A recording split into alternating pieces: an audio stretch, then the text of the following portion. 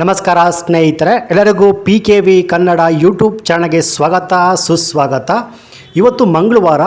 ಇಂದು ಮೊದಲನೇ ಹಂತದಲ್ಲಿ ಈ ಜಿಲ್ಲೆಗಳಿಗೆ ಮಾತ್ರ 12 ಮತ್ತು 13ನೇ ಕಂತಿನ ಹಣ ಜಮೆ ಆಗುತ್ತಿದೆ.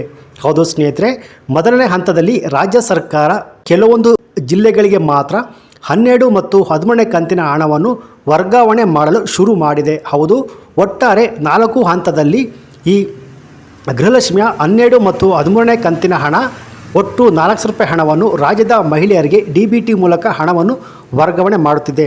ಹೌದು ಸ್ನೇಹಿತರೆ, ಸೊ ಈ 12 ಮತ್ತು 13ನೇ ಕಂತಿನ ಹಣ ಒಟ್ಟು 4 ಹಂತಗಳಲ್ಲಿ ಈ ಹಣವನ್ನು ಮಹಿಳೆಯ ಖಾತೆಗಳಿಗೆ ವರ್ಗಾವಣೆ ಮಾಡಲು ಶುರು ಮಾಡಿದ್ದಾರೆ.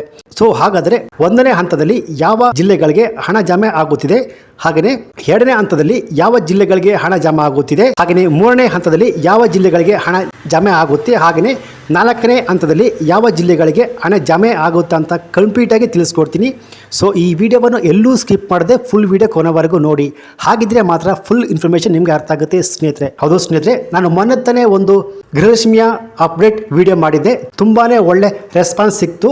ಸರ್, ನನಗೆ 11ನೇ ಕಂತಿನ ಹಣ ಬಂದಿದೆ ಅಂತ ಸುಮಾರು ಜನ ಕಮೆಂಟ್ ಮಾಡಿ ಒಳ್ಳೆಯ ರೆಸ್ಪಾನ್ಸ್ ಕೊಟ್ರಿ, ತುಂಬಾ ಪ್ರೋತ್ಸಾಹ ಕೊಟ್ರಿ. ನಾನು ಯಾವುದೇ ಒಂದು ವಿಡಿಯೋ ಮಾಡಿಕೊಂಡು ಬಂದರೆ ಅದು ನಿಜವಾದ ಪ್ರೆಸೆಂಟ್ ಇನ್ಫಾರ್ಮೇಷನ್ ವಿಡಿಯೋ ಆಗಿರುತ್ತೆ ಸ್ನೇಹಿತರೆ. ಸೊ ಹೀಗೆ ನಿಮ್ಮ ಪ್ರೋತ್ಸಾಹ ಇರಲಿ ಅಂತ ಹೇಳ್ತಾ, ಸೊ ಬನ್ನಿ ವಿಡಿಯೋವನ್ನು ಶುರು ಮಾಡೋಣ. ಅದಕ್ಕಿಂತ ಮುಂಚೆ ನೀವಿನ್ನು PKV ಕನ್ನಡ ಯೂಟ್ಯೂಬ್ ಚಾನಲ್ಗೆ ಸಬ್ಸ್ಕ್ರೈಬ್ ಮಾಡಿಲ್ಲ ಅಂದರೆ ದಯವಿಟ್ಟು ಇಲ್ಲಿ ಕಾಣುವಂಥ ಸಬ್ಸ್ಕ್ರೈಬ್ ಬಟನ್ನ ಪ್ರೆಸ್ ಮಾಡ್ಕೊಳ್ಳಿ. ಹಾಗೆಯೇ ಪಕ್ಕದಲ್ಲಿ ಬರುವಂಥ ಬೆಲ್ ಬಟನ್ನ ಒತ್ತಿ. ಸೊ ನಾನು ಯಾವುದೇ ವಿಡಿಯೋಗಳನ್ನ ಅಪ್ಲೋಡ್ ಮಾಡಿದಾಗ ನೀವು ನೋಡಬಹುದು. ಹಾಗೆಯೇ ಅನೇಕ ಜನ ವಿಡಿಯೋವನ್ನು ನೋಡ್ತಿದ್ದೀರಾ, ಆದರೆ ಸಬ್ಸ್ಕ್ರೈಬ್ ಮಾಡ್ತಿಲ್ಲ. ಸೊ ದಯವಿಟ್ಟು ಸಬ್ಸ್ಕ್ರೈಬ್ ಮಾಡಿಕೊಳ್ಳಿ. ನೀವು ಮಾಡುವ ಒಂದೇ ಒಂದು ಸಬ್ಸ್ಕ್ರೈಬ್ ಲೈಕಿಂದ ಇನ್ನೂ ಹೆಚ್ಚಿನ ಉಪಯುಕ್ತ ಮಾಹಿತಿಗಳು ನಿಮಗೆ ಕಂಟಿನ್ಯೂ ಆಗಿ ಸಿಗುತ್ತೆ. ಸೊ ಬನ್ನಿ, ಲೇಟ್ ಮಾಡೋದು ಬೇಡ, ವಿಡಿಯೋವನ್ನು ಶುರು ಮಾಡೋಣ. ಸೊ ನಾನು ಮೊದಲೇ ಹೇಳಿದ ಹಾಗೆ ಈ ಗೃಹಲಕ್ಷ್ಮಿಯ 12 ಮತ್ತು 13ನೇ ಕಂತಿನ ಹಣ ಒಟ್ಟು 4 ಹಂತಗಳಲ್ಲಿ ರಾಜ್ಯದ ಮಹಿಳೆಯ ಅಕೌಂಟಿಗೆ DBT ಮೂಲಕ ವರ್ಗಾವಣೆ ಆಗಲು ಶುರು ಆಗುತ್ತೆ. ಸೊ ಮೊದಲನೇ ಹಂತದಲ್ಲಿ ಯಾವ ಜಿಲ್ಲೆಗಳಿಗೆ ಹಣ ವರ್ಗಾವಣೆ ಆಗಲು ಶುರು ಆಗುತ್ತೆ ಅಂದರೆ, ಮೊದಲನೇ ಹಂತದಲ್ಲಿ ಸ್ನೇಹಿತರೆ ಬೆಂಗಳೂರು ಗ್ರಾಮಾಂತರ, ಬೆಂಗಳೂರು ನಗರ, ದಾವಣಗೆರೆ, ಕೋಲಾರ, ರಾಮನಗರ, ಶಿವಮೊಗ್ಗ, ಚಿಕ್ಕಬಳ್ಳಾಪುರ, ಚಿತ್ರದುರ್ಗ, ಹಾಗೆಯೇ ತುಮಕೂರು. ಸೊ ಇಂಥ ಜಿಲ್ಲೆಗಳಿಗೆ ಈ ಮೊದಲನೇ ಹಂತದಲ್ಲಿ 12 ಮತ್ತು 13ನೇ ಕಂತಿನ ಹಣ ವರ್ಗಾವಣೆ ಆಗಲು ಶುರುವಾಗುತ್ತೆ ಸ್ನೇಹಿತರೆ.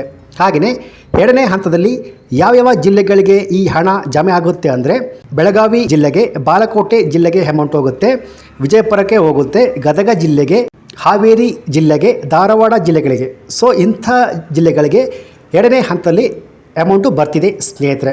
ಹಾಗೆಯೇ 3ನೇ ಹಂತದಲ್ಲಿ ಯಾವ್ಯಾವ ಜಿಲ್ಲೆಗಳಿಗೆ ಈ 12 ಮತ್ತು 13ನೇ ಕಂತಿನ ಹಣ ಬರ್ತಿದೆ ಅಂದರೆ, ದಕ್ಷಿಣ ಕನ್ನಡ, ಚಿಕ್ಕಮಗಳೂರು, ಉಡುಪಿ, ಹಾಸನ, ಕೊಡಗು, ಚಾಮರಾಜನಗರ. ಸೊ ಇಂಥ ಜಿಲ್ಲೆಗಳಿಗೆ 3ನೇ ಹಂತದಲ್ಲಿ ಹಣ ವರ್ಗಾವಣೆ ಆಗ್ತಿದೆ ಸ್ನೇಹಿತರೆ.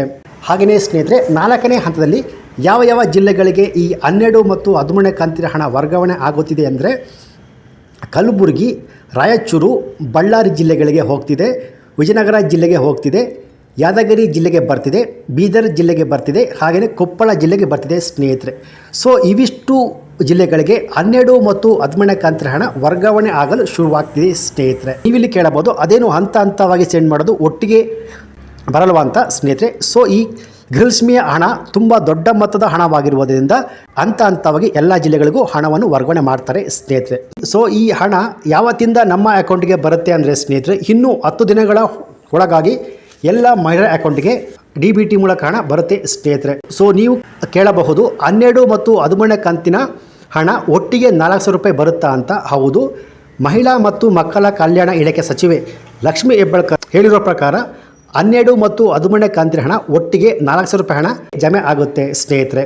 ಸೊ ಎಲ್ಲ ಜಿಲ್ಲೆಗಳಿಗೂ ಒಟ್ಟಿಗೆ ಹಣ ಬರುವುದಿಲ್ಲ, ಹಂತವಾಗಿ ಎಲ್ಲರಿಗೂ ಹಣ ಬರುತ್ತೆ ಸ್ನೇಹಿತರೆ.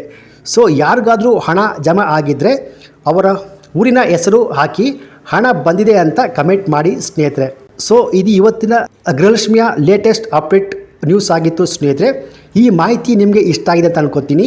ಈ ಮಾಹಿತಿ ನಿಮಗೆ ಇಷ್ಟ ಆಗಿದೆ ತಪ್ಪದೆ ಈ ವಿಡಿಯೋಗೊಂದು ಲೈಕ್ ಕೊಟ್ಟು ಹಾಗೆಯೇ ಸಬ್ಸ್ಕ್ರೈಬ್ ಮಾಡ್ಕೊಳ್ಳಿ. ದಯವಿಟ್ಟು ಎಲ್ಲರಿಗೂ ಶೇರ್ ಮಾಡಿ. Thanks for watching.